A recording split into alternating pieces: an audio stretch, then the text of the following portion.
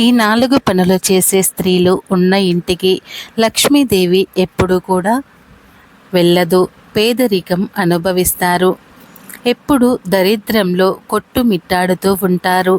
కష్టాలను అనుభవిస్తూ ఉంటారు అని శాస్త్రాలు చెబుతూ ఉన్నాయి.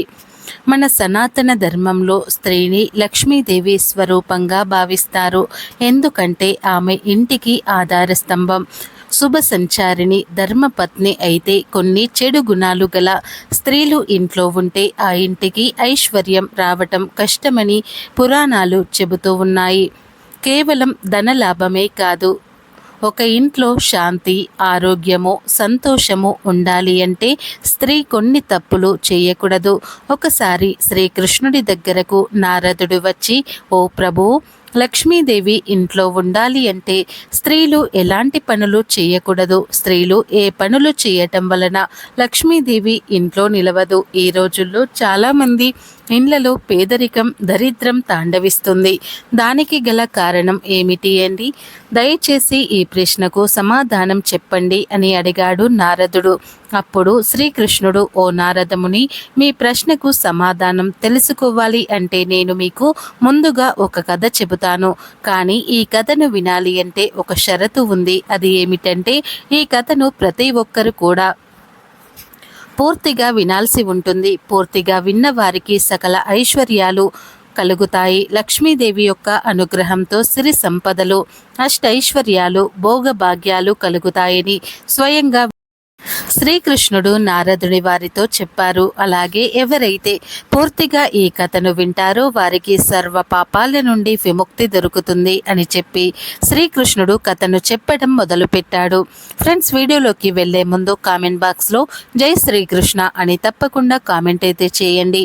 అలాగే ఈ వీడియోకి ఒక లైక్ కొట్టండి. అలాగే మా ఛానల్ని కూడా సబ్స్క్రైబ్ చేసుకొని మాకు సపోర్ట్ చేయండి.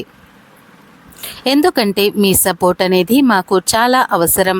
ఇక వీడియోలోకి వెళ్ళి, పూర్వం ఒక గ్రామంలో ఒక చిన్న కుటుంబం నివసిస్తూ ఉండేది.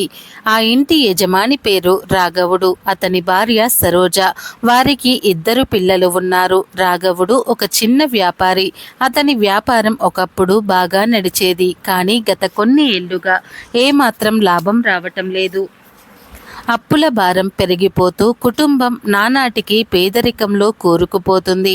ఇంట్లో ఎప్పుడూ కలహాలు, అపశృతి, ఒత్తిళ్లు ఉండేవి. సరోజ ఎప్పుడూ గొడవలు పడుతూ ఉండేది. రాఘవుడు ఎంత శ్రమించినా ఇంట్లో డబ్బు నిలవటం లేదు. ఈ పరిస్థితికి కారణం ఏమిటి అని అర్థం కాక అతడు ఆ గ్రామంలో ఉన్న పూజారులను, పంతులను అడిగాడు. ఒకరోజు ఆ గ్రామానికి ఎంతో పేరుగాంచిన సన్యాసి ఒకరు వచ్చారు. అతని గురించి తెలుసుకున్న రాఘవుడు ఆ సన్యాసి దగ్గరకు వెళ్ళి, స్వామి, నేను ఎన్నో కష్టాల్లో ఉన్నాను. నా వ్యాపారం నష్టాల్లో ఉంది. మా ఇంట్లో పేదరికం తాండవిస్తుంది. ఈ పేదరికం నుండి బయటపడే మార్గం చెప్పండి స్వామి అని పరిష్కారం అడిగాడు. దానికి సన్యాసి, రాఘవ, నీ సమస్య ఏమిటో తెలియాలి అంటే ముందు నీ ఇంటిని సందర్శించాలి అని కోరాడు. దానికి రాఘవుడు ఒప్పుకొని సన్యాసిని తన ఇంటికి తీసుకొని వెళ్ళాడు. సన్యాసి ఇంట్లోకి అడుగు పెట్టిన వెంటనే ఇంట్లోని వాతావరణాన్ని గమనించాడు. సరోజ బద్ధకంగా ఉంది. ఇంటి చుట్టూ చెత్త ఉంది. ఇల్లంతా అపరిశుభ్రంగా ఉంది. పిల్లలు స్నానం చేయకుండా మురికిగా ఖాళీ కడుపుతో తిరగటం, ఇవన్నీ అతని దృష్టికి వచ్చాయి. పైగా సరోజ ఇంటికి వచ్చిన వారిని గౌరవించడం లేదు. ఆమె సన్యాసిని పలకరించలేదు. దాంతో సన్యాసికి పూర్తి విషయం అర్థమైపోయింది. సరోజ ప్రతిరోజు రాఘవుడితో కోపంగా మాట్లాడేది. అతను ఎంత శ్రమించినా అతని అనుచితమైన మాటలు అనేది పిల్లలపైనే కాదు, పొరుగి వారిపైన కూడా ఆమెకు గౌరవం ఉండేది కాదు. ఆమె ఉదయాన్నే లేవదు. ఆలస్యంగా లేచి ఇంటి పనులు చేయక సమయాన్ని వృధా చేస్తూ కాలక్షేపం చేస్తుంది. ఇంట్లో ఎక్కువ ఎక్కడ చూసినా పాడైపోయిన ఆహారం, బొద్దింకలు, అపరిశుభ్రత కనిపిస్తుంది.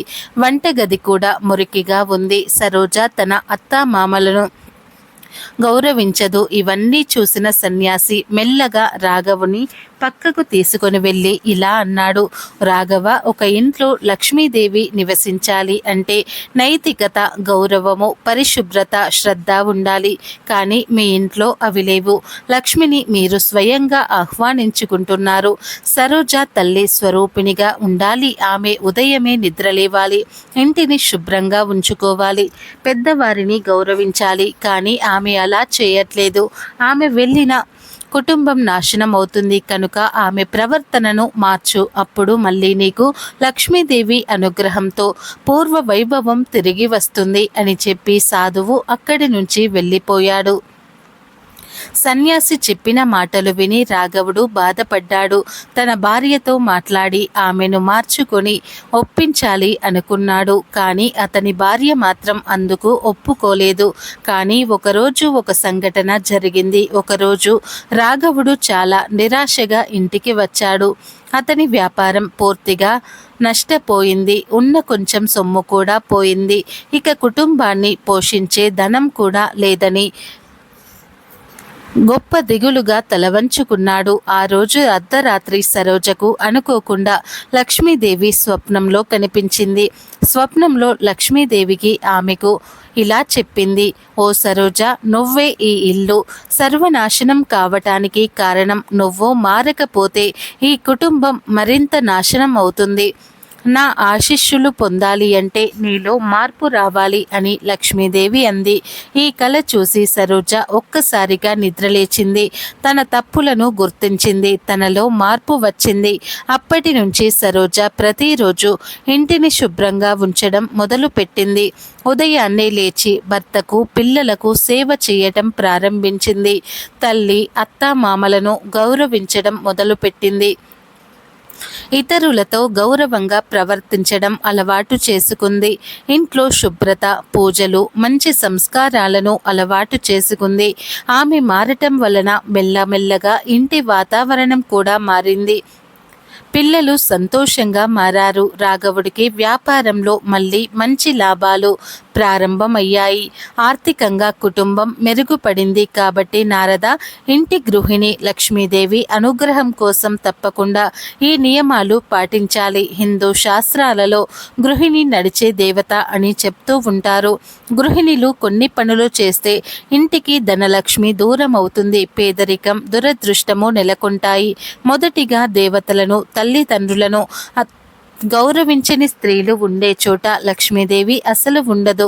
ముఖ్యంగా ఏ స్త్రీ అయితే తల్లిదండ్రులను, అత్తామామలను అవమానిస్తుందో, వారిని చిన్న చూపు చూడటం, వారి మాట వినకపోవటం వంటి పనులు చేస్తుందో అలాంటి స్త్రీ ఉన్న ఇంటికి లక్ష్మీదేవి దూరంగా ఉంటుంది అని శ్రీకృష్ణుడు నారదునికి చెప్పాడు. అంతేకాదు, నారద, ఏ స్త్రీ అయితే చీపురును కాళ్ళతో తొక్కుతుందో ఆ ఇంట్లోకి లక్ష్మీదేవి ఎప్పుడూ కూడా రాదు.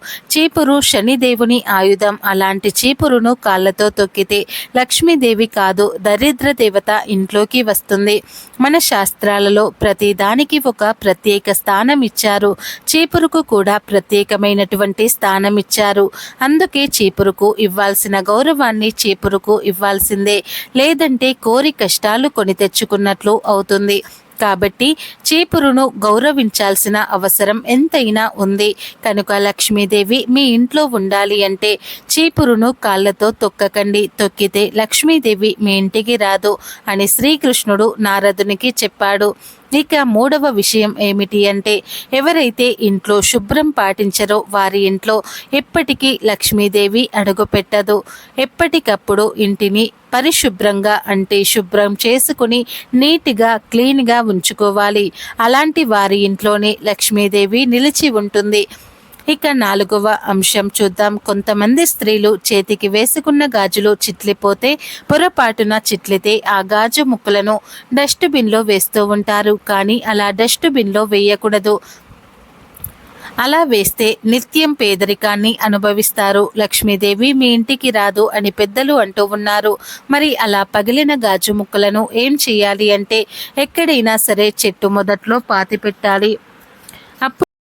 అప్పుడే లక్ష్మీదేవికి కోపం రాకుండా ఉంటుంది. మన ఇంట్లో ఉండే ప్రతి వస్తువు ముఖ్యమైనదే.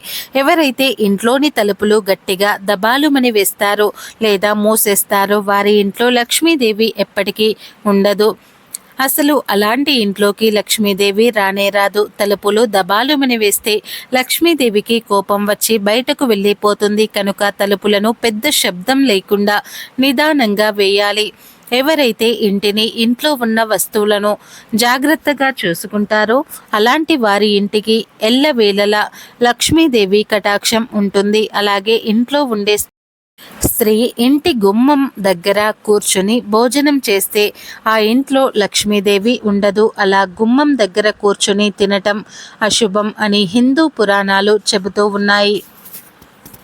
ఇదే కాదు, అవసరం లేకపోయినా అనవసరమైన ఖర్చులు చేయటం కూడా లక్ష్మీదేవి నిలవకపోవటానికి ప్రధాన కారణం. ఇలాంటి వారి అందరి ఇళ్లలో కూడా దరిద్ర దేవత తాండవిస్తుంది అని శ్రీకృష్ణుడు నారదునికి చెప్పాడు. కాబట్టి స్త్రీలు ఈ నియమాలు పాటించండి.